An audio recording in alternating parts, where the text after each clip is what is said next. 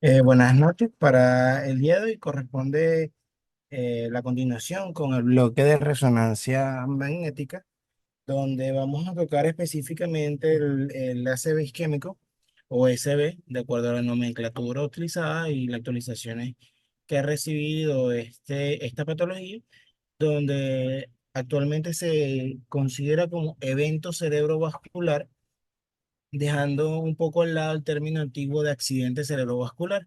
Sin embargo, ambos términos están bien empleados para dicha patología.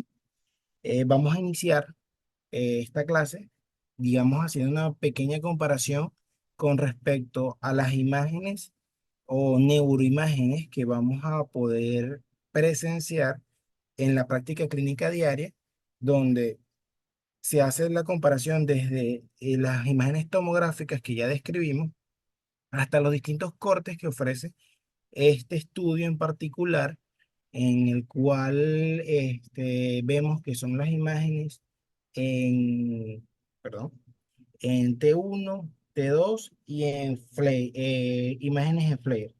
Acá no se encuentran las imágenes por difusión, en vista de que no son imágenes para describir o visualizar el parénquima cerebral, por lo menos para describir las lesiones, sino que la difusión se utiliza para una connotación especial que ya más adelante vamos a poder ver. Entonces, como en el cuadro podemos visualizar, las estructuras como el hueso van a tener distintas densidades, como por ejemplo vemos que las densidades óseas a nivel de la resonancia magnética tienen una connotación hipointensa, es decir, una connotación con dentro de la escala de grises, con tendencia a lo negro. Como vemos en las imágenes en lo inferior, vemos como la esfera ósea está siendo de alguna manera, digamos, excluida de la imagen de resonancia. Sin embargo, tiene un realce bastante importante a nivel de tomografía y es una de las diferencias que tenemos que tener en cuenta. Además que los tejidos grasos van a visualizarse de distinta connotación, siendo hipodensos a nivel tomográfico y, perdón, hipodensos a nivel tomográfico e hiperintensos a nivel de resonancia magnética. El líquido cefalorraquídeo tiene una connotación muy especial en las imágenes de T2 FLAIR, en donde vemos que existe un realce de este líquido en esta proyección en particular. Por eso es que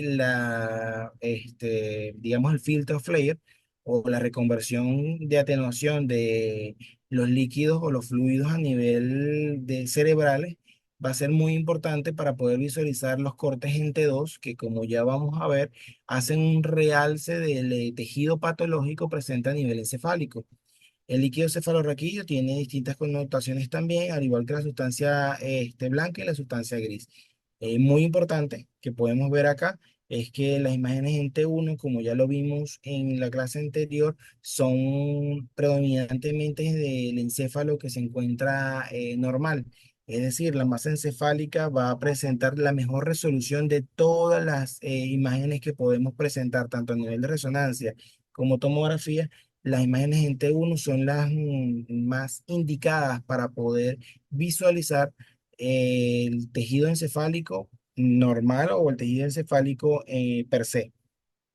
Las imágenes en T2 nos van a permitir visualizar tejido patológico o va a ser un realce en el tejido patológico presente en el mismo. Y el T2 FLAIR lo que nos va es a excluir el líquido cefalorraquídeo para poder determinar si el líquido que está presente a nivel de los ventrículos o a nivel ya sea subdural, en el espacio subdural o en el espacio este,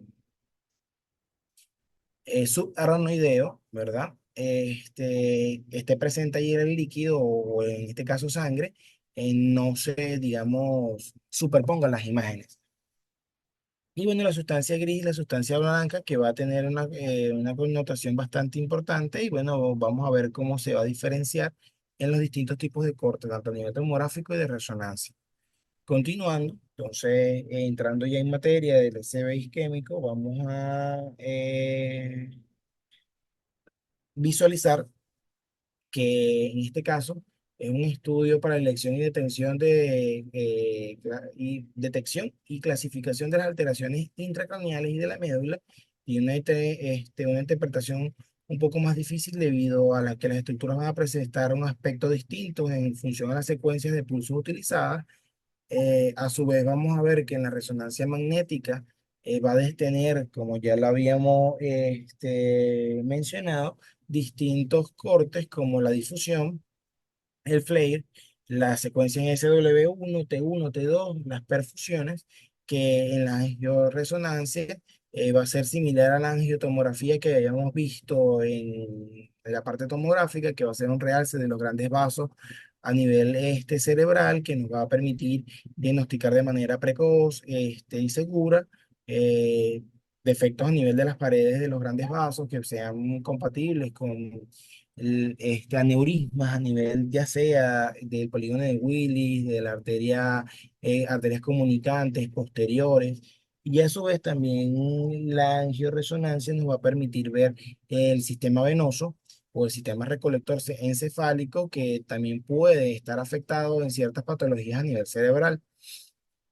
Como vemos en esta imagen, bueno, se encuentran lesiones patológicas que en este momento no es materia de la descripción de la misma. Sin embargo, es para que logren visualizar cómo imágenes a nivel de T2 Flare en este caso, T2 normal a nivel de difusión y secuencia ADC, es decir, una imagen T2 Flare, como vemos que el líquido a nivel del sistema cefalorraquídeo, el líquido cefalorraquídeo, se excluye en el Flare, en esta imagen. Aquí es un corte T2 donde podemos visualizar este líquido cefalorraquídeo. Aquí es la difusión, donde vamos a describir más adelante en qué corresponde la difusión, y vemos aquí el ADC, que no es más que una reconstrucción de la difusión y con un coeficiente que nos va a permitir determinar si la difusión a nivel de las células es compatible con malignidad o con células, digamos, neoplásicas presentes en esta zona. Y ese coeficiente está determinado de acuerdo a los tejidos histológicos que pueden estar presentes en cada uno de ellos.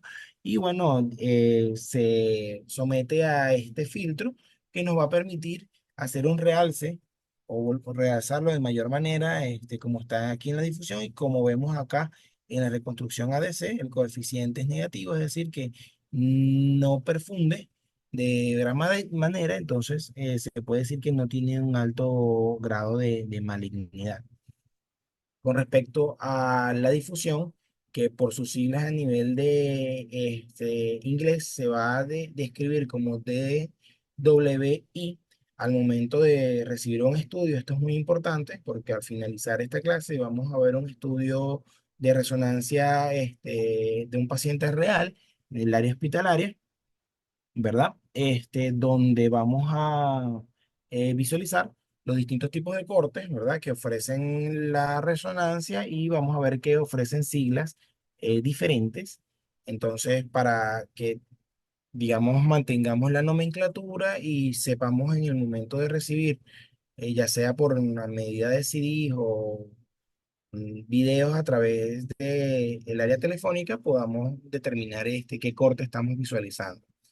Digamos que este es el método más sensible para evaluar los eventos cerebrovasculares, debido a que tiene una alta sensibilidad y una alta especificidad para la visualización de un ictus isquémico agudo, debido a que esto no va a perfundir de manera, digamos, franca a nivel de la difusión, tornando o generando imágenes de... eh, como vemos aquí presente, va a tomar imágenes hiperintensas, que van a ser características en vista de que los líquidos no van a difundir o no van a atravesar el tejido que se encuentra dañado o bueno, afectado realmente por la oclusión de la arteria a nivel encefálico. Entonces, la difusión se basa en el estudio del movimiento aleatorio de las moléculas de agua. El agua debe tener una movilidad libre, por lo tanto no va a tener el estudio. Sin embargo, cuando esta movilidad es restringida, va a tornarse hiperintenso en las zonas en las cuales la movilidad del agua no es o no perfunde o no transfunde ese tejido. Entonces, como podemos visualizar acá, cuando es generalizado, el corte se torna completamente hiperintenso. Sin embargo, cuando son áreas localizadas, debido ya sean afecciones de arterias o afecciones de sitios en particular, vemos como este corte o este pedazo se torna hiperintenso, dándonos imágenes sugestivas de un evento isquémico o un daño cerebral a esa altura. Vemos acá que positivo generalmente 30 a 120 minutos posterior a los signos y síntomas y es algo, digamos, además de más específico, me permite visualizarse de forma más precoz debido a que en la tomografía es visible en estas lesiones casi posterior a las 24 horas, mientras que en la resonancia magnética en ciertas secuencias hasta las 8 horas ya es posible visualizar los daños a nivel cerebral. Tenemos que recordar, ¿verdad? Que el evento cerebrovascular se define tradicionalmente como un déficit neurológico focal de inicio súbito y que se presume en gran medida que tiene un origen vascular, que puede ser secundario a isquemias o hemorragias a nivel cerebral. Esto se divide, a su vez, como lo acabo de mencionar, en eventos cerebrovasculares isquémicos, que es el tema a abordar el día de hoy, y eventos cerebrovasculares hemorrágicos. El primero, es decir, el con el cual estamos describiendo el día de hoy, es el más frecuente de los dos. Representa cerca de un 80% de los eventos cerebrovasculares que vamos a poder visualizar a nivel de la emergencia. Esta proporción va a ser variable de acuerdo al grupo etario que estemos visualizando, es decir, dependiendo de la edad, la raza y el grupo étnico del paciente, las sospechas clínicas van a ser orientadas hacia un evento o hacia otro, sobre todo también de acuerdo a la clínica presentada por el paciente.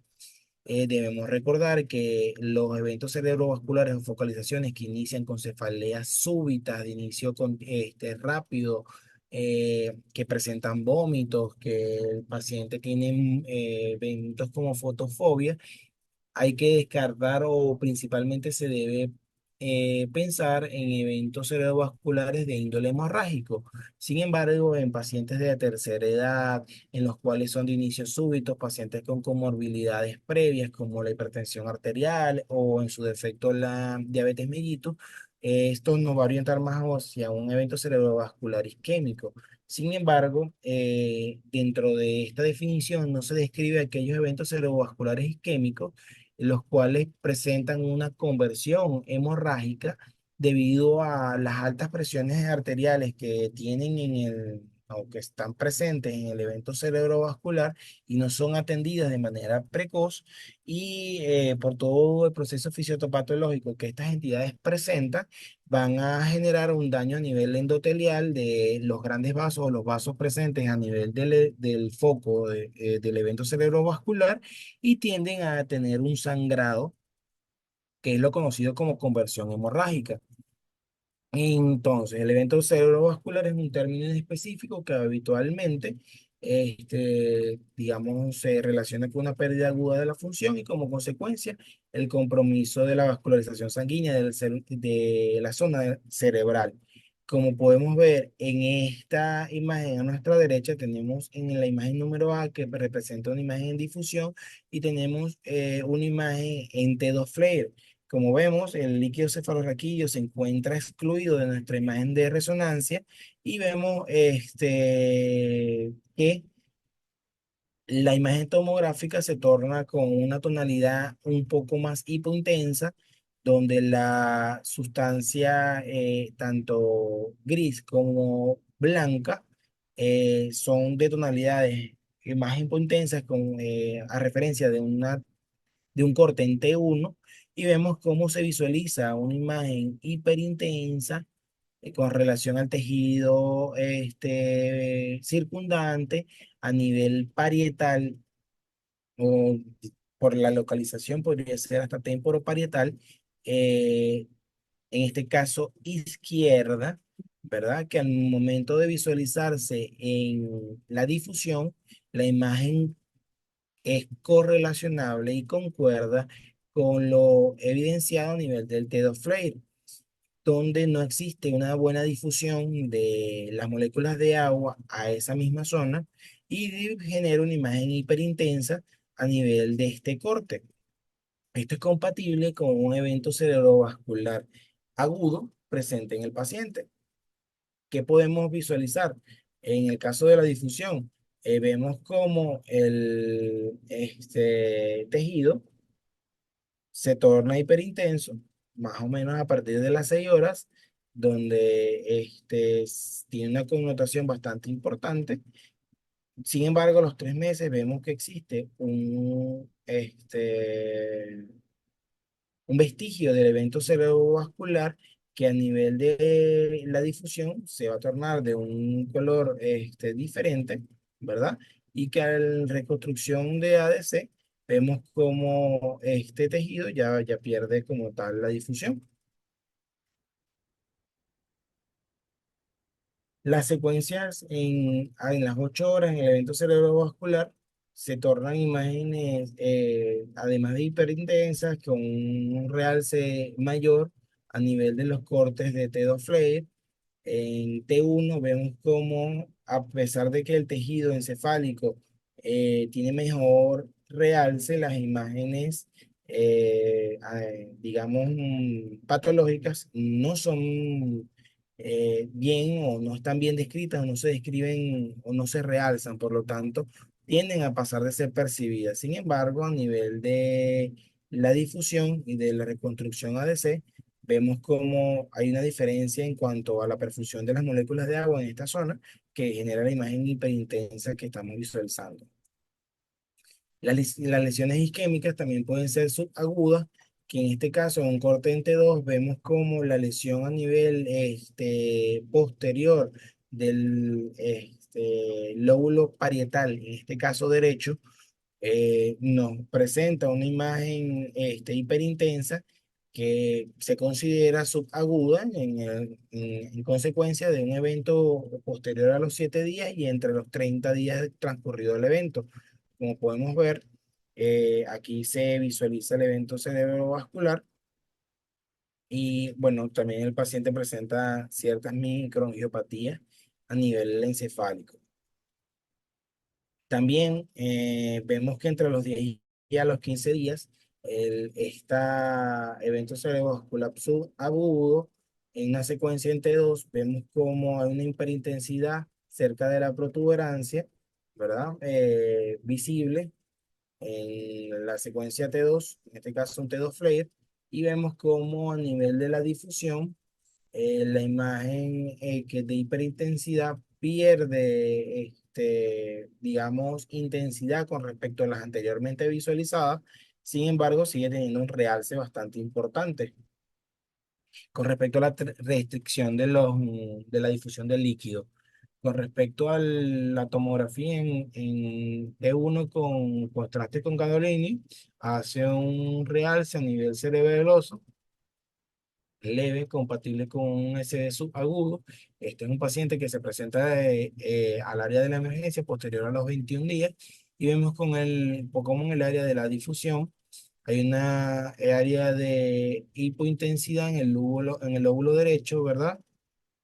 Y un área de restricción en el lóbulo izquierdo, compatible con un evento cerebrovascular previo. Como podemos visualizar en esta imagen, la difusión. se encuentra más tenue, es decir, la hiperintensidad es más tenue con relación a las antes visualizadas.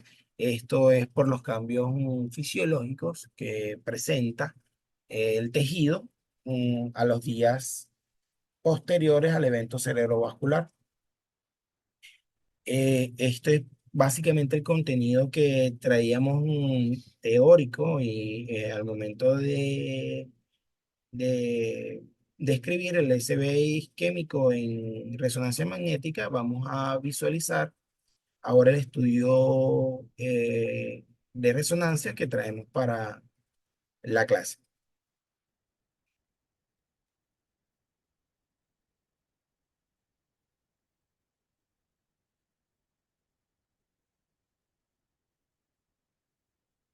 Para el día de hoy, vemos acá como, por ejemplo, en el caso de este paciente, un paciente masculino que presentó un déficit en casa. En este caso, el paciente presenta un déficit motor izquierdo.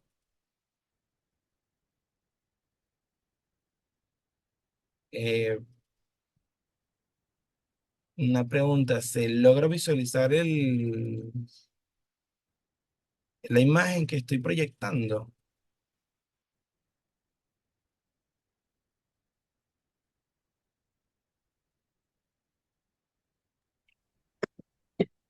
No dice, o sea, se queda cargando. Ok, déjame.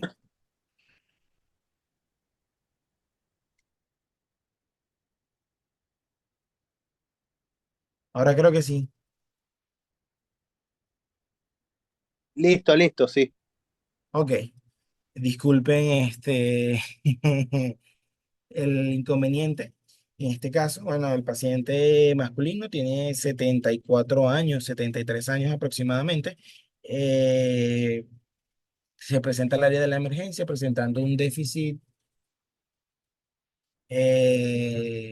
motor en una focalización, en este caso izquierda, donde el paciente pierde básicamente toda la movilidad del hemicuerpo izquierdo.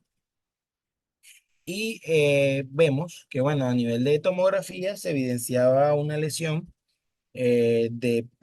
digamos, mediano tamaño a nivel parietal derecho, concordable o que concuerda con la clínica presentada en el paciente.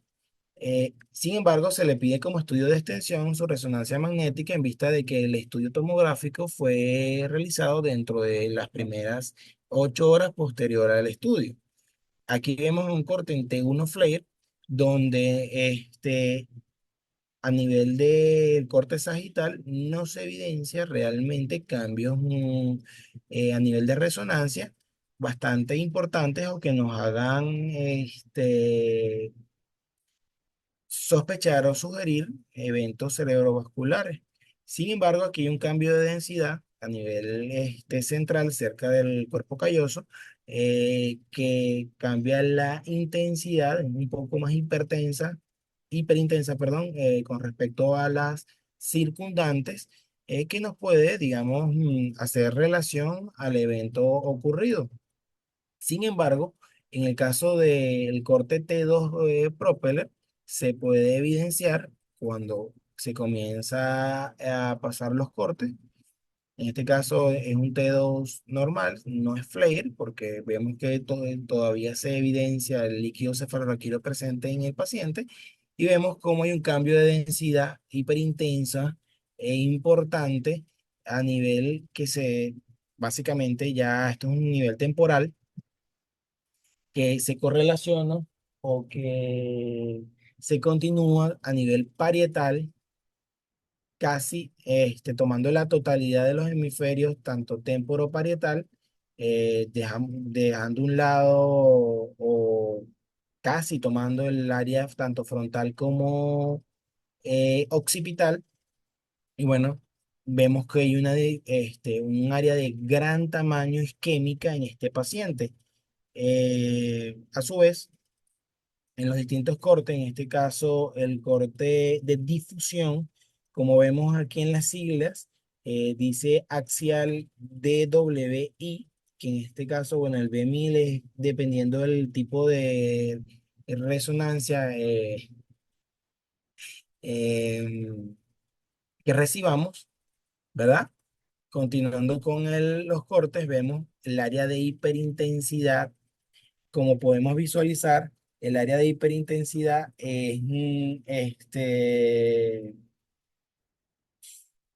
no es completamente homogénea, es heterogénea.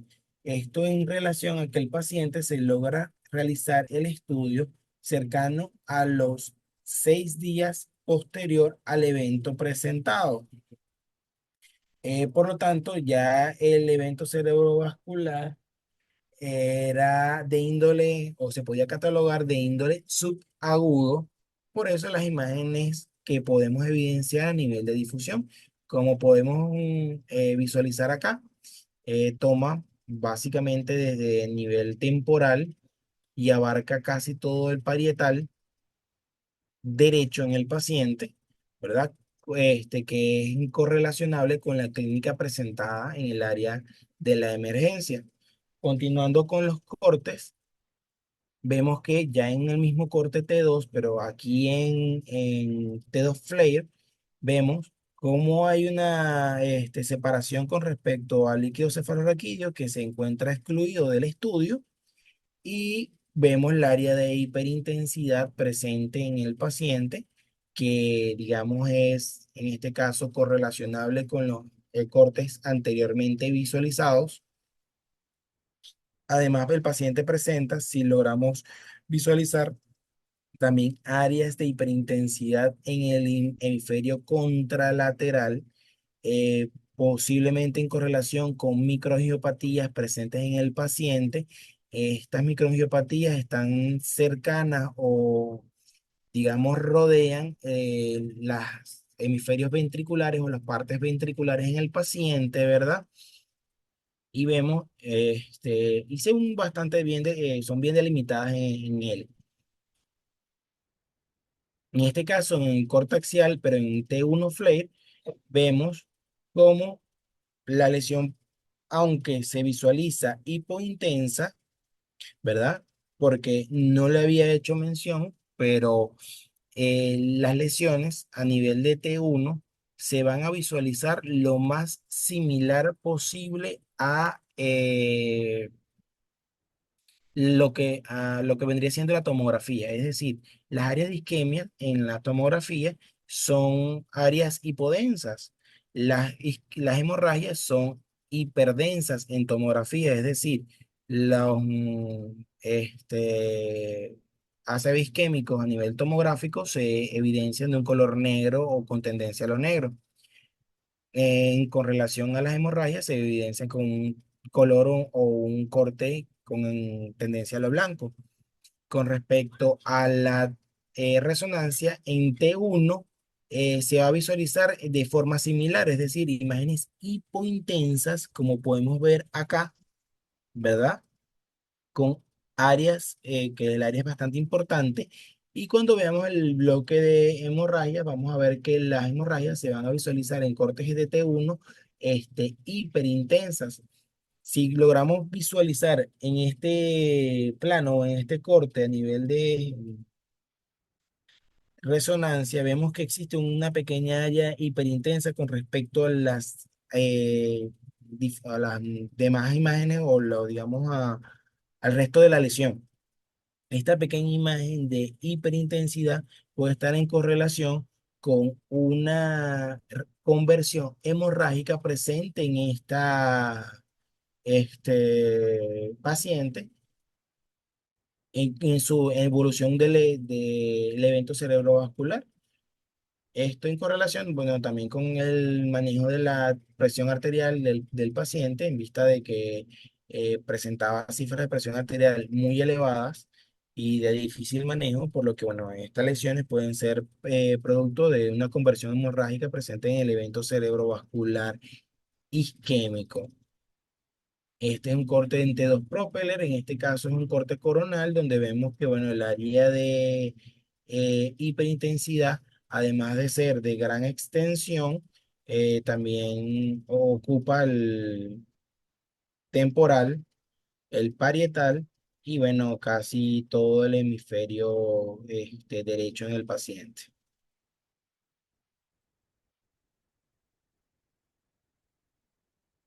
Este es el coeficiente ADC que habíamos hecho mención, es decir, pues eso habla de la actividad que pueda presentar de malignidad con respecto a las lesiones y como vemos, en este caso el coeficiente de ADC no tiene ningún tipo de, no tiñe ningún tipo de lesión, por lo que podemos ver esencial que no es una imagen de malignidad o sugestiva de algún proceso neoplásico, ¿verdad?